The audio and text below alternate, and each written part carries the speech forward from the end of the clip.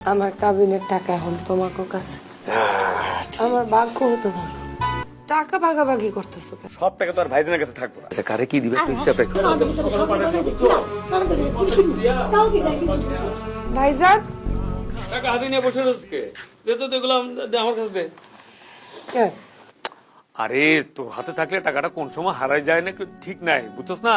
টাকাটা আমাদের দুই ভাইয়ের কাছে থাকলে নিরাপদে থাকবো। তাছাড়া এই টাকা দিয়া তোর বিয়ে আমরা ধুমধাম করে দেব, বুঝছস? দে টাকা দে দে।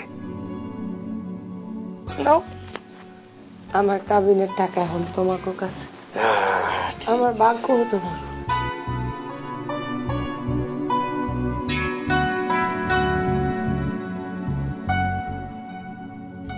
কামাল হ্যাঁ এনে দেখতো কোনে কত আছে, 50 টাকা আর আমরা 50 এনে।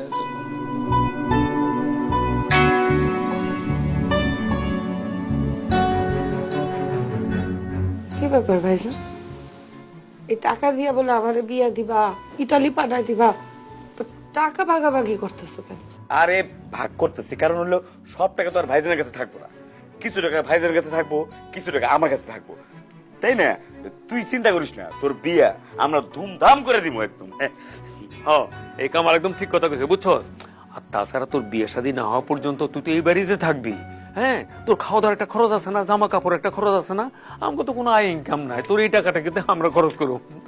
এই শোনো, হ্যাঁ এই ভাইজানরে কিন্তু 50,000 টাকা দেওয়া লাগবে। 50 পুরে দিবা? হ্যাঁ। আচ্ছা ঠিক আছে, কারে কি দিবে একটু হিসাব রাখো।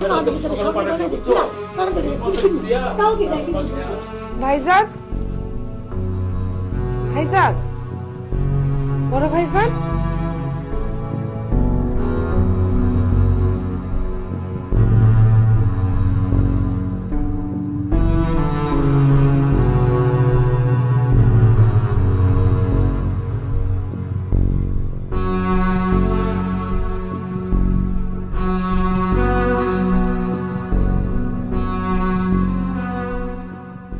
পারুল,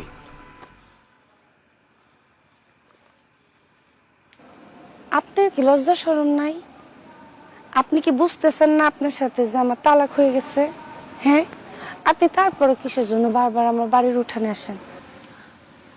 হায় হায়, আপনি মায়ের লয়ে আইছেন? বৌমা, তুমি ভাইবো না শিমুল আর তোমার মিল মীমাংসা করার লাইগা তোমারে বুঝাইতে আইছি। আসলে আমরা সারা জীবনের লাইগা এই এলাকা ছেড়ে চলে যাইতেছি। শিমুল কইল যাওয়ার আগে তোমার একবার দেখতে চাই, তাই আইছি। এই এলাকা ছেড়ে চলে যেতেছেন কেন? এই এলাকায় থাকার মতো আর অবস্থা নাই পারো। আমাগর তো জায়গা সম্পত্তি এমনি কিছু নাই, যা ছিল বাপের ভিটা বাড়িটাই ছিল। সেই ভিটা বাড়ি বিক্রি কইরা আর মায়ের কিছু গয়না ছিল সেগুলা বিক্রি কইরা তোমার কাবিনের টাকাটা দিছি। যে লোকটা আমগর ভিটা বাড়িটা কিনছে সেই লোক কইছিল যে আমরা মিনিমাম 1টা বছর এনে থাকতে পারো, কিন্তু কালকে রাতে হঠাৎ করে আয় কইতেছে এখানে নাকি তারা খুব শীঘ্রই বাড়ি করব, বিল্ডিং করব, আমরা যেন তাড়াতাড়ি চলে যাই। সেই জন্য আমরা চলে যেতেছি। কই যাবেন তাইলে এখন? কই যাবো জানি না, কিন্তু এই গ্রাম ছেড়ে অনেক দূরে চলে যেতেছি।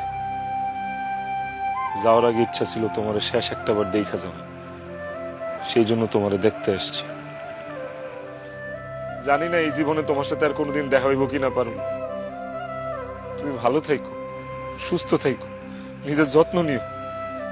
আমি যেখানেই থাকি সারাটা জীবন তোমারই ভালোবাসবো, সারা জীবন তোমার স্মৃতি বুকে ধরে বেঁচে থাকবো। তোমার যদি আমারে কোনোদিন দরকার হয় আমার একটা বার স্মরণ করে পারো, আমি তোমার সামনে হাজির হব। পারুল, তোমার মনে আছে আমরা ঠিক করছিলাম আমাদের যদি মেয়ে হয় তাহলে আমাদের মেয়ের নাম আমরা রাখবো তোমার নাম আর আমার নাম মিলায়া। তোমার নাম পারুল, আমার নাম শিমুল, আমাদের মেয়ের নাম রাখবো বকুল। মনে আছে তোমার? তুমি যদি আরেকটা বিয়া করো, সেই ঘরে যদি তোমার একটা মেয়ে হয়, তুমি সেই বাচ্চার নাম বকুল রেখো। আমি চেষ্টা করব। পারুল, তুমি জানো তুমি যখন আমার শিমুল বলে ডাক দিতা আমার বুকটা খুশিতে বইরা যাইত। আমার মনের মধ্যে অনেক কষ্ট পারুন, তুমি কি আমার একটা বার শিমুল করে ডাক দিবা? বিশ্বাস করো, তুমি যদি আমার একটা বার শিমুল করে ডাক দাও, আমার ভিতরে যত কষ্ট আছে সব শেষ হয়ে যাইব। তুমি আমারে যা যা কষ্ট দিছো আমি সব ভুলা যাবো, কিচ্ছু মনে রাখবো না। একটা বার ডাক দাও না আমার শিমুল করে, দিবা না পারুন? ডাক দাও না একটা বার পারুন, একটা বার কও শিমুল, একবার শিমুল, একটা বার শিমুল কও পারুন, একবার আর বলুন না, একটা বার শিমুল করে ডাক দাও। আম্মা ও একটা বার শিমুল করে ডাকুক, খারাপ পারুল একটা পারুল একবার ডাক দাও না শিমুল করে, পারুল।